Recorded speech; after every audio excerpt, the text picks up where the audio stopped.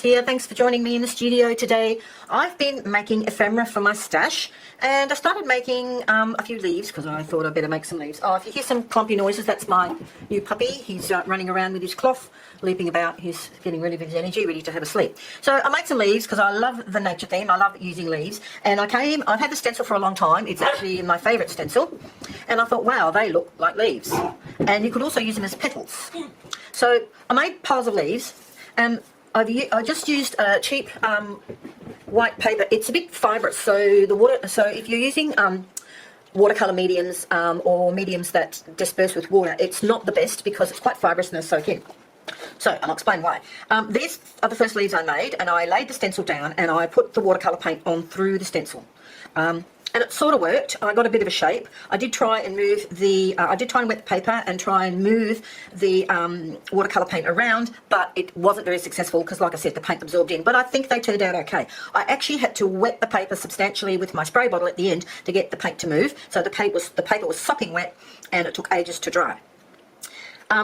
But I managed. So I had the basic shape, and then when I finished, I cut them out. So then I got the paint pen and I drew over the leaves, and then I did a little bit of stamping as well. As you can see, I made some darker ones and some lighter ones. So it sort of worked, but it was a bit of a process, and trying to dry a very wet piece of paper so I could cut them out was a bit of a pain in the neck. So I thought, what could I do to actually make it a quicker and simpler process? And then I thought, let's use paint. So I used the same paper.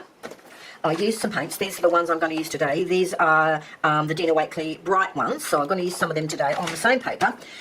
And I used a roller, so I just dabbed the paint on here and there with a roller and just spread it out. So these are the first ones I made, and I actually really like them. So once the paint was dry, and I did dry it with a heat gun, I did a little stamping over it just to sort of, it was a leafy, wordy stamp, so I just stamped over it. And then I laid the stencil over and got my paint pen and drew around each of the leaves. Yeah, a little tedious, but because it's such an easy shape to draw, and you get a lot, it was actually quite simple to do. So I drew around the shape of the leaves. I used black, and I also used, I think I used a bit of white, and I used a bit of rosy gold. The idea of that was it gave me an outline to cut out. The lighter ones aren't so bad, but I can use them. You can use these up if I wanted to draw veins on them. So once I drew around them, then I cut them out. And that actually worked quite well and quite quickly. I like the way, however, the paint is patchy. You can put paint as thick as you like, or you can leave some of the white. I don't mind some of the white. That one I do believe I just cut out from a leftover because I thought, why waste it? So I did that one, and that one and that one used one piece of paper, and then I thought, let's have a go with some different colours. So the next one I tried a darker colour. There's actually a little bit of a dark metallic silver in there. Yes, I kept the little white bits on the sides. And again, same thing, dabbed the paint on, rolled it out, and went around with the black pen on stencil, and I got these ones that I did on the top, and these ones I did on the bottom. I did a slightly brighter selection of colours, including a bit of pink, and I tried to keep a little bit of white, and I did some stamping as well. So I'm actually really, really happy with how these turned out, because you could make a leaf out of them. I also thought you could actually make some really nice looking flowers by just grouping them together and gluing them down. So so you could use them as leaves or as petals or just as embellishments on your thing. So this is what I've been making for my mass makes for my ephemera. I've done other things as well. I will show you them at the end, but I thought I will give you a quick walkthrough of the process I did to make the leaves, because I am so happy with them. I'm going to do some bright ones, because I know you guys in the Northern Hemisphere are going into spring. We are going into autumn. I do like the autumn tones anyway. I think my favourite for the lot would be this one. I just like the patchiness of it, and the little bit of white showing through. Yes, I like them all, and I think I'll be able to use all those in my journal. So come along with me and see what we can create today.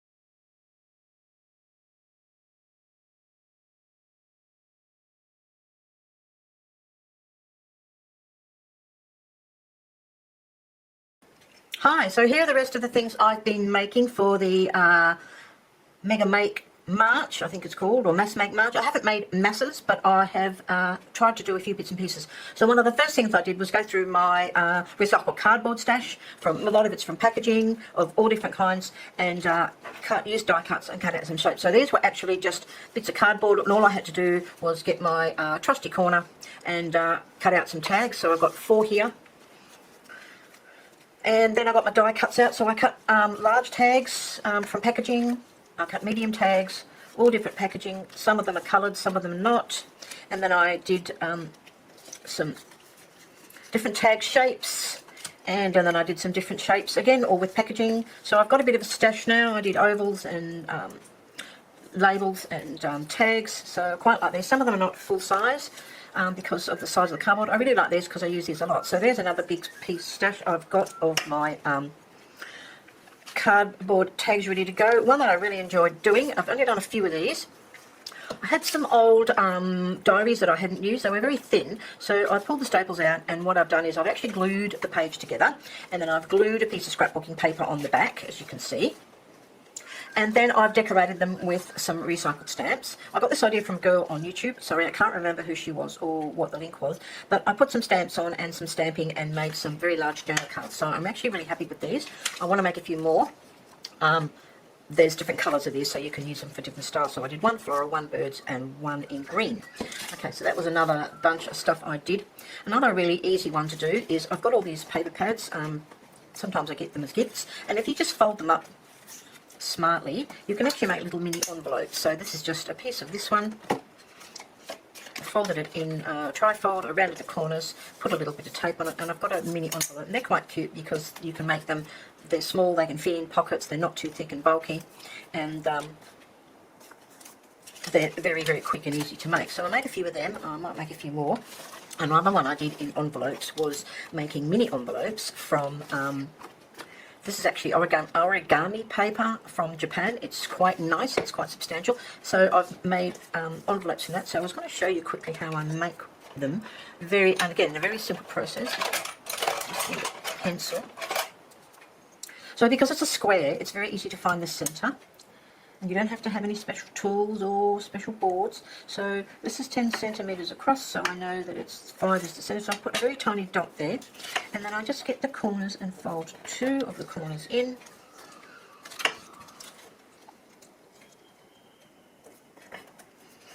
And then I line it up on my mat so I have the edge straight, and I want to have a little bit of an overhang here, and I just fold that up like so, make sure it's reasonably in the middle, and press it down. So there's an envelope.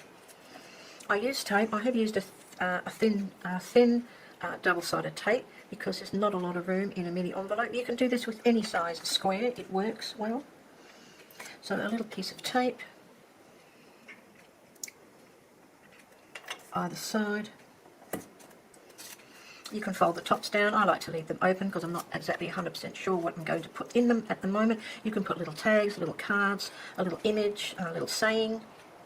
And the good thing about this is you can make them to match any project you're doing. So easy peasy, little envelopes. Another one I really like doing, and I've done a lot of, is I make envelopes from book pages. So this is a trusty old dictionary.